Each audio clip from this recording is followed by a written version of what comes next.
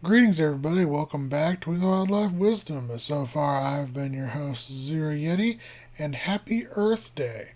Well, without further ado, let's get into it. With the first animal week being Mephitis, better known as the striped skunk, the Siganku, the Skangresi, the Shegok, the common skunk, the Alaska sable, the Macaw, the Guli, the Hudsonian skunk, the Newell the Newell, the Newell Tissia, I don't know how to pronounce that word, and the northern skunk, the black-tailed skunk, or the prairie polecat, is a species of skunk which is endemic to the United States, southern Canada, and northern Mexico.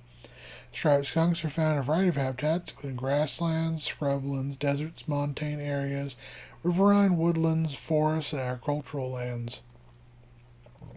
Excuse me. Excuse me. For the most part, they lead nocturnal and solitary lives, but will come together to socialize, particularly during the breeding season and in winter. Multiple skunks may share a den to hibernate, often cuddling up together to share their warmth.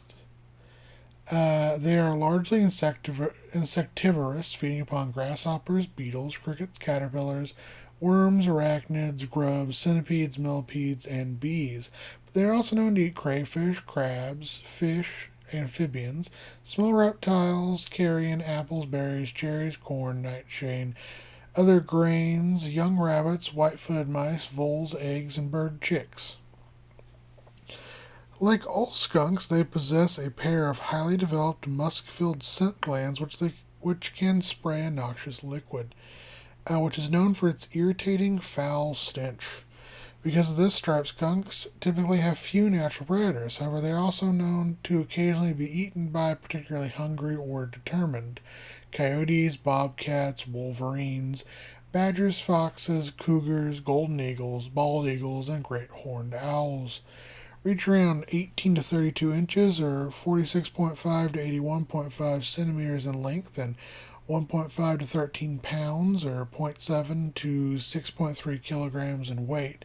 Striped skunks are stoutly built, short limbed animals with small conical heads and a long, heavily furred tail.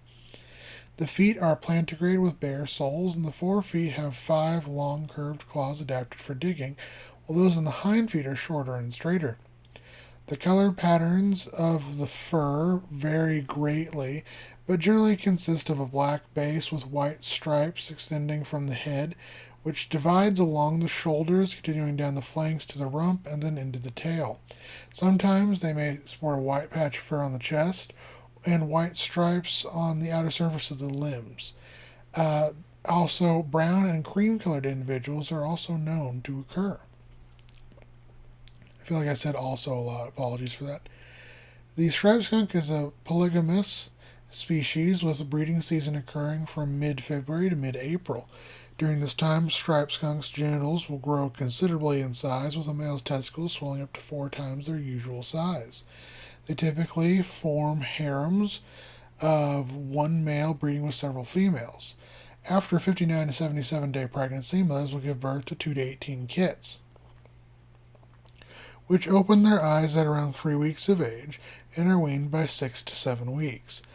They typically set off on their own around 2.5 to 3 months of age. And under ideal conditions, the striped skunk may reach sexual maturity around 10 months of age and live up to 10 years.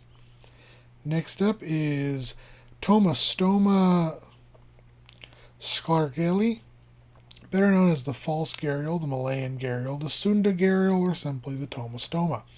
It is a species of large, primarily freshwater crocodilian, native to Peninsular Malaysia, Sarawak, Indonesia, Borneo, Sumatra, and Java. Despite its common name of the false gharial, the Tomastoma is a member of the family Gavalidae, of which the Tomastoma and the Indian gharial are the only 2 living members, meaning that the false gharial is very much a true gharial. Tomastoma tend to inhabit rivers, lakes, and swamps where they feed upon fish, crustaceans, amphibians, proboscis monkeys, long-tailed macaques, deer, water birds, otters, various reptiles, wild dogs, pigs, and even the rare cow or antelope. Tomastoma are themselves occasionally preyed upon by large crocodiles, tigers, leopards, and packs of wild dogs. Female tomostoma reach around 10 to 13 feet or 3.05 to 4 meters and 205 to 460 pounds in weight or 93 to 210 kilograms, whilst males reach around 12 to 16 feet or 3.6 to 5 meters in length and 420 to 1300 pounds or 109 to 600 kilograms in weight. They sport the largest skull in comparison to body length of any extant crocodilian, in large part due to their long, thin, smooth, and unornamented snout. Tomostoma are typically a dark reddish-brown coloration above, with dark brown or black spots and cross bands along the back and the tail. They have a whitish, grayish, molted underbelly. And juveniles are mottled with black on the sides of the jaws, body, and tail. Breeding occurs twice a year in accordance with wet seasons, from November to February and from April to June. After breeding, females will build a nest mound out of sand, peat, moss, twigs, and leaves, typically near the water in the shade of a large tree. Here she will lay 20 to 60 eggs, which will incubate for 90 to 100 days. Although mother tomostoma may sit on or near the mounds and guard them, unlike many crocodilians, the tomostoma offer no parental care once the young have hatched. Under ideal conditions, the tomostoma will reach temperature around 20 years of age and may live up to 80 years. Just gotta check to make sure my recording's still going. Good. Next up is, this is a name that's gonna be difficult to pronounce. Chias molcles ventremaliucata, better known as the dotted humming frog, is a species of frog in the family Microhyliidae, which is native to the lowland rainforest marshes and swamps of Bolivia, Brazil, Colombia, Ecuador, and Peru. Here they prefer to live in and amongst the soil and leaf litter, feeding upon ants, mites, springtails,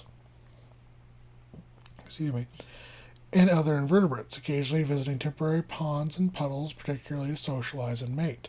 Dotted humming frogs are well known for having a symbiotic relationship with the burrowing Colombian lesser black tarantula, with the spider providing the frog with shelter, protection, and the occasional food by sharing scraps of its kills with the frogs.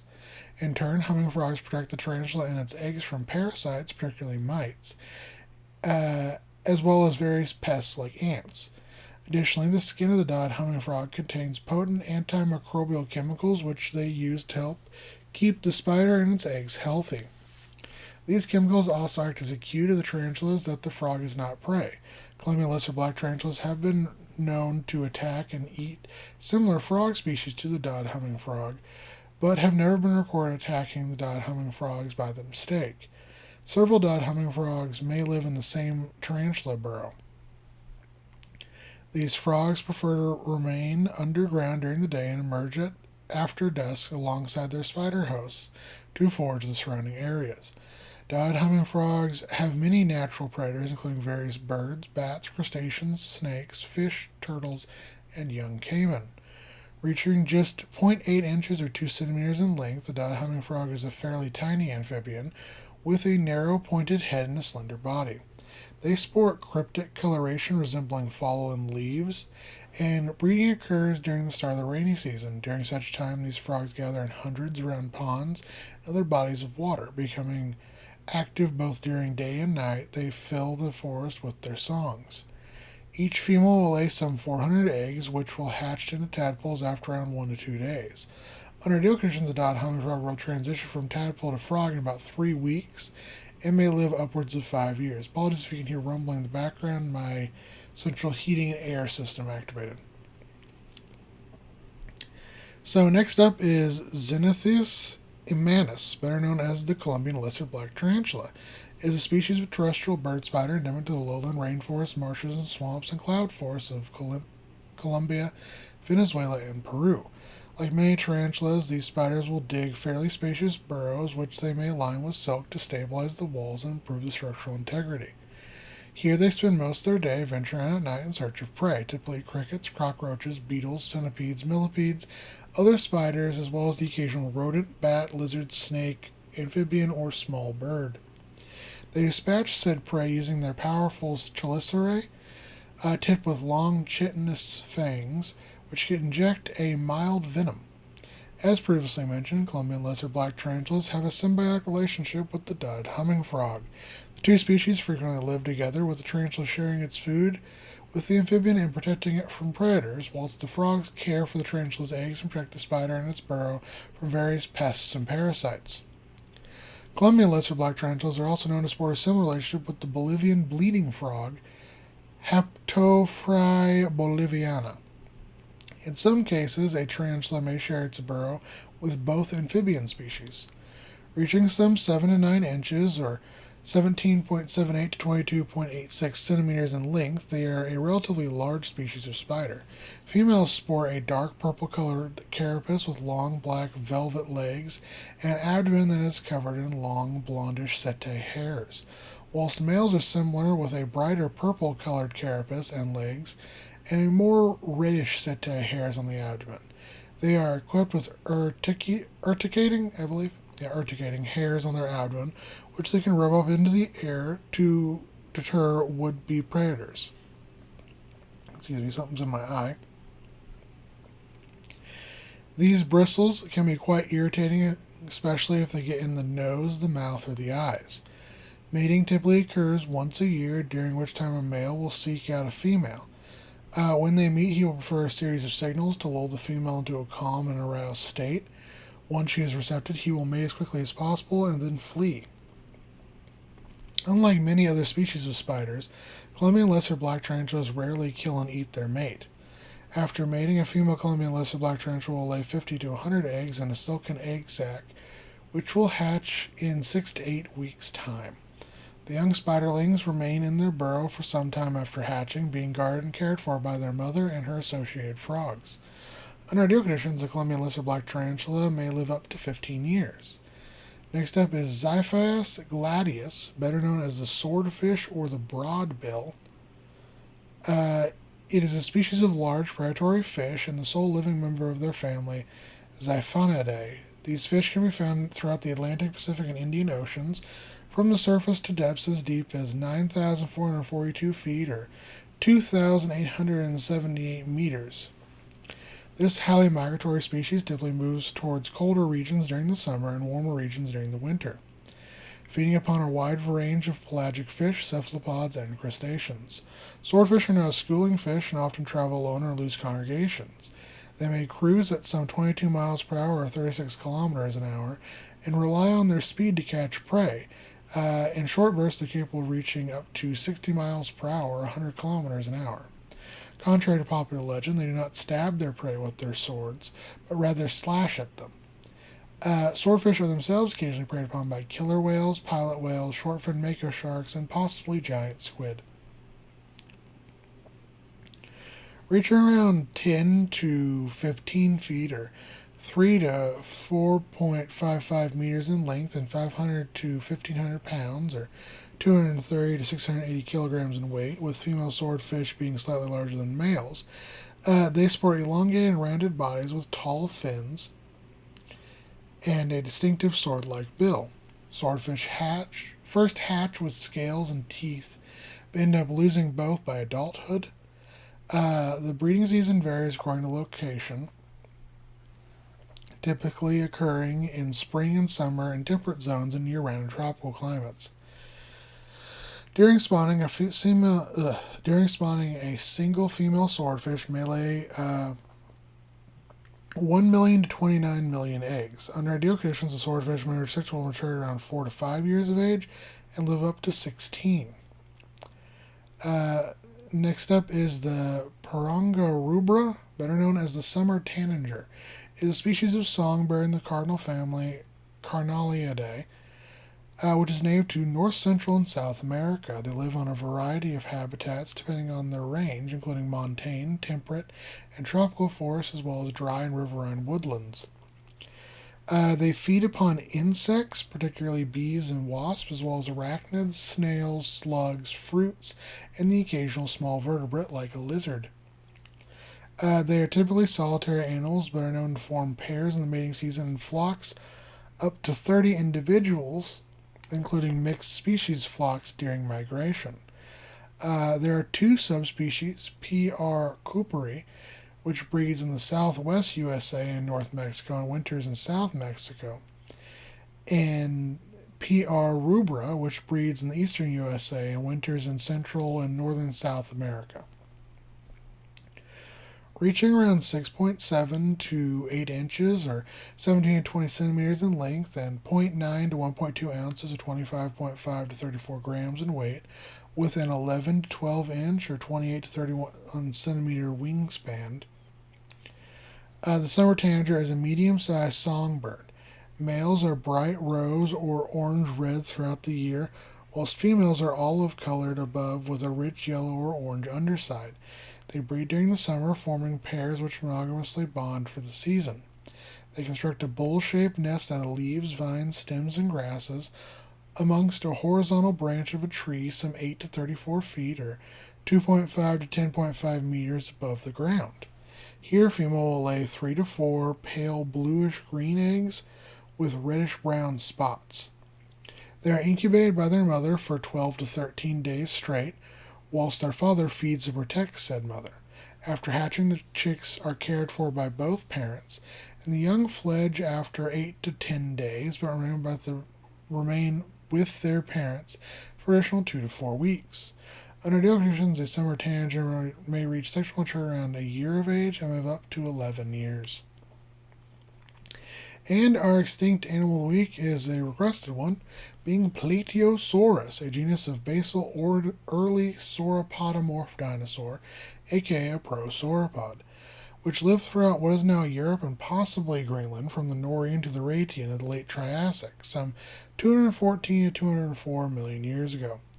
The first remains, now known to belong to Plateosaurus, consist of parts of the legs and some vertebrae, were unearthed in 1834 by physician Johann Friedrich Engelhardt at Heroldsberg near Nuremberg, Germany. He then showed them to paleontologist Hermann von Meyer, who in 1837 designated them as Plateosaurus, meaning broad lizard. This means that Plateosaurus is the fifth named dinosaur genus, which is still considered valid.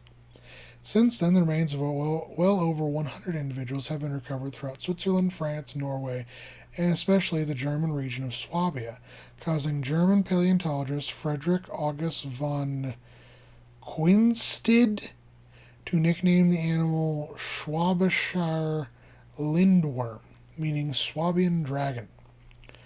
Material referred to Plateosaurus has also been found in the Fleming Ford Formation of East Greenland.